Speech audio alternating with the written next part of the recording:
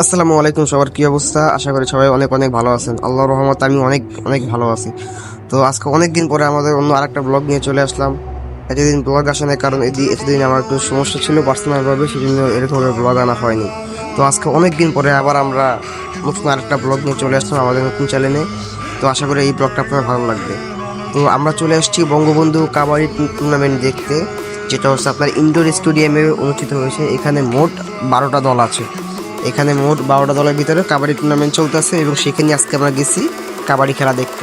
তো মাঠের ভিতরে ঢুকিয়ে দেখি যে বাংলাদেশ বনাম সৌদি আরবে কাবাডি খেলা চলতেও আছে, এবং আমরা যেতে যেতে দেখি কি বাংলাদেশ ম্যাচটা উইন হয়ে গেছে, এবং কোরিয়া তারা আমাদের কাছে হেরে গিয়েছে। আমাদের পয়েন্ট ছিল আপনার 59, এবং তাদের পয়েন্ট ছিল 19। আমরা অন্য বিশাল ব্যবধানে আমরা এই ম্যাচটি জিতে গিয়েছি। কারণ বাংলাদেশ কাবাডি খেলা হলো আমাদের দেশের জাতীয় খেলা, এবং আশা করি এই খেলা অন্তত আমাদের কাছে জিততে গেলে তাদের অনেক কষ্ট করতে হবে। এবং কাবাডি খেলা বাংলাদেশ মোট 3টে ম্যাচ খেলছে এবং 2টে জয় হয়েছে। এবং দেখতে দেখতে দেখে আমরা যেখানে বসেছিলাম তার পাশে ছিল কেনিয়া দল। এই যে এখন আপনার বাংলাদেশে খেলা গেল, তা আর মেবি 2টা ম্যাচ, এরপর আরেকটা ম্যাচ হবে, তারপরে কেনিয়া দলের খেলা হয়েছে। এই যে আমাদের বাংলাদেশ কাবাডি টুর্নামেন্টে সেখানে ম্যাচ অফ দ্য ম্যাচ জয় হয়েছে। দেখতে দেখতে মাঠে প্রবেশ করে গেছে মালয়েশিয়া দল। মালয়েশিয়া দলের প্লেয়ারগুলো দেখে দেখে মাঠে প্রবেশ করে গিয়েছে।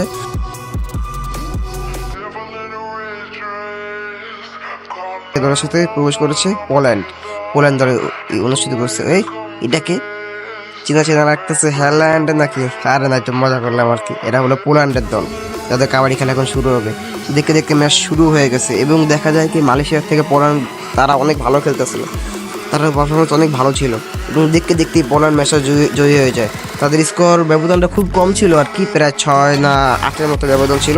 এর ভিতরেই পোল্যান্ড জিতে গিয়েছে, এবং নেক্সট ম্যাচটা হয়েছে আপনার কোরিয়া এবং কেনিয়ার ভিতরে। আমি তো বলেইছিলাম যে আমাদের পাশে ছিল কেনিয়া দল, নেক্সট ম্যাচ তাদের হবে। এই যে এরা হচ্ছে ইরাক, তারা হচ্ছে কেনিয়া।